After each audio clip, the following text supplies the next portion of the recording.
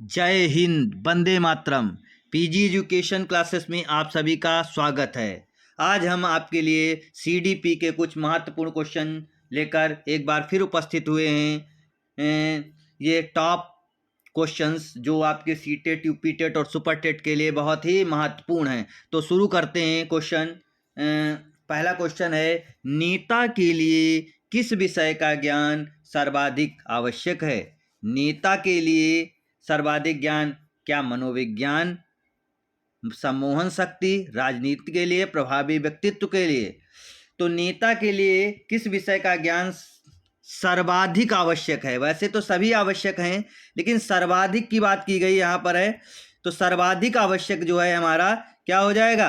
मनोविज्ञान। क्योंकि जो है नेता को हमेशा मन का विज्ञान अर्थात मन के बारे में जानने की जरूरत होती है। तो शुरू करते हैं। अगला क्वेश्चन है, नेता के लिए किस विषय, रिपीटेड क्वेश्चन हो गया है, अभी मैंने आपको बताया नेता के लिए किस विषय का ज्ञान सर्वाधिक आवश्यक है। तो किसके लिए बताया मैंने? मनोविज्ञान के लिए। ए आंसर हमारा राइट आंसर। बढ़ते हैं अगले क्वेश्चन की ओर। लिंडग्रेन के अनुसार शिक्षा मनोविज्ञान का नाभीय केंद्रीय क्षेत्र नहीं है। क्या नहीं है? अधिगमकर्ता नहीं है, अधिगम विषय वस्तु नहीं है, अधिगम प्रक्रिया नहीं है, अधिगम परिस्थिति नहीं है। तो राइट आंसर हमारा हो जाएगा 2 नंबर, अधिगम विषय वस्तु। क्या हो जाएगा?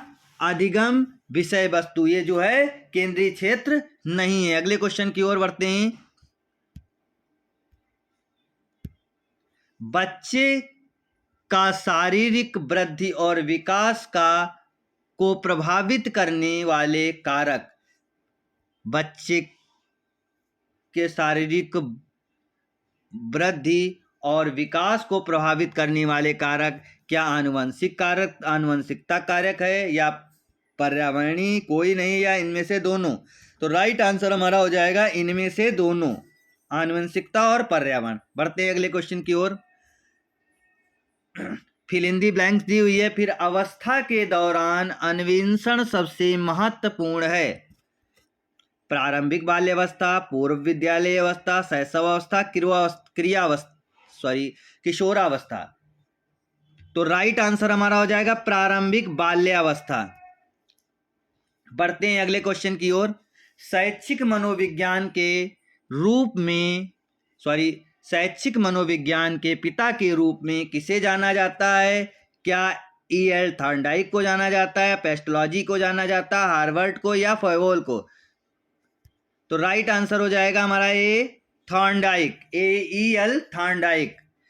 जिन्होंने अभी तक जो है चैनल को सब्सक्राइब नहीं किया वे अच्छे क्वेश्चनों के लिए और एथेंटिक क्वेश्चनों के लिए, जो एनसीईआरटी आधारित क्वेश्चन पाने के लिए जो है हमारे चैनल को अभी सब्सक्राइब कर लिए। निःशुल्क, कोई सी पैसा नहीं, इसमें कोई पेड क्लासेज नहीं, केवल निःशुल्क क्लासेज होंगी और आपको एथेंटिक और अच्छे क्वेश्चनों का समावेशन मिलेगा।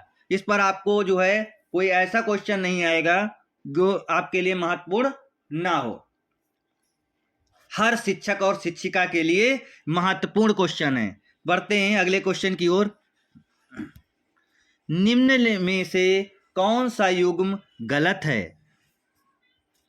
गलत की बात कही, अधिगम का चिन्ह सिद्धांत टॉलमैन ने दिया, अधिगम का क्षेत्र का सिद्धांत लेविन ने दिया, सही है। प्रत्न और त्रुटि थॉर्नडाइक ने दिया, लेकिन सामाजिक का अधिगम का सिद्धांत जो है ब्रूनर ने नहीं दिया है। तो गलत, राइट आंसर हमारा हो जाएगा 3 नंबर, ये गलत युग्म है। बढ़ते हैं अगले क्वेश्चन की ओर। Fill in the blanks. फिर मनोविज्ञान की वह शाखा जो विश्व के बारे में जानने, धारणा बनाने, अधिगम और चिंतन करने की प्रक्रिया का अध्ययन करती है। क्या स्वास्थ्य विज्ञान, प्रायोगिक विज्ञान, शैक्षणिक विज्ञान और विकासात्मक विज्ञान? फटाफट आंसर दीजिए। तो राइट आंसर हमारा हो जाएगा प्रायोगिक विज्ञान। 2 नंबर राइट आंसर। अगले क्वेश्चन की ओर बढ़ते हैं। बच्चों के विषय में इनमें से कौन सा कथन सही है? ये हमारा, बच्चे ज्ञान निष्क्रिय प्राप्त करता हैं, बच्चे समस्या हल करने वाले होते हैं, बच्चे वैज्ञानिक अन्वेषक हैं, बच्चे पर्यावरण के सक्रिय खोजकर्ता हैं। देखिए, बच्चे ज्ञान के निष्क्रिय प्राप्त करता है तो ये बात गलत हो गई। सही कथन की बात करनी है, हमारे बच्चे समस्या हल करने वाले होते हैं, सही है। फिर बच्चे वैज्ञानिक अन्वेषक हैं, ये भी सही है। बच्चे पर्यावरण के सक्रिय खोज करता है, ये भी सही है। तो राइट आंसर हमारा हो जाएगा B C D. 4 number right answer B C D. बढ़ते हैं अगले क्वेश्चन की ओर।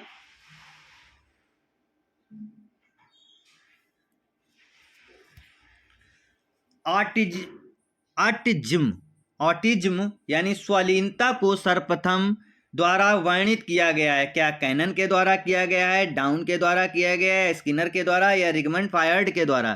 तो राइट आंसर हमारा हो जाएगा कैनन के द्वारा, ए आंसर राइट आंसर। बढ़ते हैं अगले क्वेश्चन की ओर। मनोसामाजिक सिद्धांत निम्नलिखित में से किस पर बल देता है? क्या उद्दीपन व प्रतिक्रिया पर देता है, लिंग या प्रसूति स्तर पर देता है, उद्योग बनाम हीनर्था पर देता है, क्रिया प्रसूत पर देता है? तो राइट आंसर हमारा हो जाएगा उद्योग बनाम हीन अवस्था पर बल देता है। बढ़ते हैं अगले क्वेश्चन की ओर। बाल मनोविज्ञान के आधार पर कौन सा कथन उपयुक्त है? ध्यान देना, बाल आधार पर। सभी बच्चे सजाती होते हैं, कुछ बच्चे सजाती होते हैं, कुछ बच्चे अद्वितीय होते हैं। देखिए गलत छप गया है, अद्वितीय है, ठीक है, अद्वितीय, या प्रत्येक बच्चा अद्वितीय होता है। तो राइट आंसर हमारा है प्रत्येक बच्चा अद्वितीय होता है। क्या होता है? प्रत्येक बच्चा अद्वितीय होता है। तो राइट आंसर 4 नंबर हमारा राइट आंसर। बढ़ते हैं अगले क्वेश्चन की ओर। बाल मनोविज्ञान का मुख्य केंद्र, हमने बताया आप लोगों को था बाल केंद्रित जो शिक्षा जो है बच्चे की शिक्षा से संबंधित है, तो बच्चा राइट आंसर हो जाएगा। 2 नंबर राइट आंसर बच्चा। अगले क्वेश्चन की ओर बढ़ते हैं। बाल मनोविज्ञान के आधार पर कौन सा कथन उपयुक्त है? हर बच्चा एक जैसा होता है, हर बच्चा विशिष्ट होता है, कुछ बच्चे विशिष्ट होते हैं, कुछ बच्चे एक जैसे होते हैं। राइट आंसर हो जाएगा हर बच्चा विशिष्ट होता है। 2 नंबर हमारा राइट आंसर, हर बच्चा विशिष्ट होता है। बढ़ते हैं अगले क्वेश्चन की ओर। किस विषय में ज्ञान शिक्षक को शिक्षार्थियों के बीच व्यक्तिगत विभिन्नता की पहचान करने में मदद करता है? क्या शैक्षिक समाजशास्त्र में, शैक्षिक मनोविज्ञान में, शैक्षिक दर्शन में या शिक्षण शास्त्र में? फटाफट कमेंट करके बताइए। तो राइट आंसर हो जाएगा हमारा शैक्षिक मनोविज्ञान में। बढ़ते हैं अगले क्वेश्चन की ओर।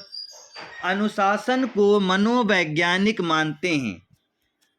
क्या दंड मानते हैं? दंड है यहाँ पर, दंड मिलने पर ही सही कार्य करना, नियमों का पालन करना, स्वतः ही नियमों का पालन करना, या सही ढंग से कार्य करना? तो राइट आंसर हमारा हो जाएगा स्वतः ही नियमों का पालन करना। 3 नंबर राइट आंसर, स्वतः ही नियमों का पालन करता। बढ़ते हैं अगले क्वेश्चन की ओर। निम्नलिखित में से कौन शैक्षिक मनोविज्ञान की सर्वाधिक व्यक्तिपरक विधि है? व्यक्तिपरक बाह्य दर्शन है, आत्मनिरीक्षण है, अवलोकन है, या प्रयोग विधि है? तो राइट आंसर हो जाएगा हमारा आत्मनिरीक्षण। 2 नंबर राइट आंसर। अगले क्वेश्चन की ओर बढ़ते हैं। मनोविज्ञान की एक शाखा जो यह अध्ययन करती है कि लोग अपने पूरे जीवन काल में शारीरिक, संज्ञानात्मक और सामाजिक रूप से कैसे बदलते हैं, कहलाती है? क्या नैदानिक मनोविज्ञान, परामर्श, विकासात्मक, प्रायोगिक? तो क्या राइट आंसर हो जाएगा हमारा विकासात्मक मनोविज्ञान। बढ़ते हैं अगले क्वेश्चन की ओर। निम्नलिखित में से किसका अध्ययन मनोविज्ञान और शिक्षा शास्त्र के प्रतिच्छेदन पर होता है? क्या सकारात्मक मनोविज्ञान, या औद्योगिक मनोविज्ञान, संगठनात्मक मनोविज्ञान, या शैक्षिक मनोविज्ञान? तो मनोविज्ञान और शिक्षा का प्रतिच्छेदन जो है शैक्षिक मनोविज्ञान पर आधारित है। तो राइट आंसर हमारा हो जाएगा 4 नंबर शैक्षिक मनोविज्ञान। अगले क्वेश्चन की ओर बढ़ने से पहले जिन्होंने अभी तक जो चैनल को सब्सक्राइब नहीं किया, लाइक नहीं किया, वो फटाफट लाइक और सब्सक्राइब कर लें और बेल आइकन को प्रेस कर लें, जिससे कि आपको नए नोटिफिकेशन प्राप्त हो सके। बढ़ते हैं अगले क्वेश्चन की ओर। निम्नलिखित में से कौन सा बच्चों में आत्म अवधारणा विकसित करने का उपयुक्त तरीका नहीं है? ध्यान रखिएगा, नहीं है। समस्याओं का सामना करने से बचने की सलाह देना, बच्चों को निर्णय लेने में स्वतंत्रता, व्यवहार के लिए स्पष्ट निर्देश स्थापित करना, या बिना शर्त स्वीकृति और प्यार संचार करना। ध्यान से सुनिएगा, क्वेश्चन पढ़िएगा। बच्चों में आत्म अवधारणा विकसित करने का उपयुक्त तरीका नहीं है, तो राइट आंसर हमारा हो जाएगा समस्याओं का सामना करने से बचने की सलाह देना। राइट आंसर, एक नंबर राइट आंसर हो जाएगा। तो ये आपके लिए कुछ महत्वपूर्ण क्वेश्चन सीडीपी के थे, जो कि आपके सुपर टेट और सीटेट आगामी परीक्षा जो आपकी दिसंबर में प्रस्तावित है उसमें बहुत ही महत्वपूर्ण है। इन क्वेश्चनों को एक बार जरूर पढ़िएगा, और जिन्होंने चैनल को सब्सक्राइब नहीं किया है वो सब्सक्राइब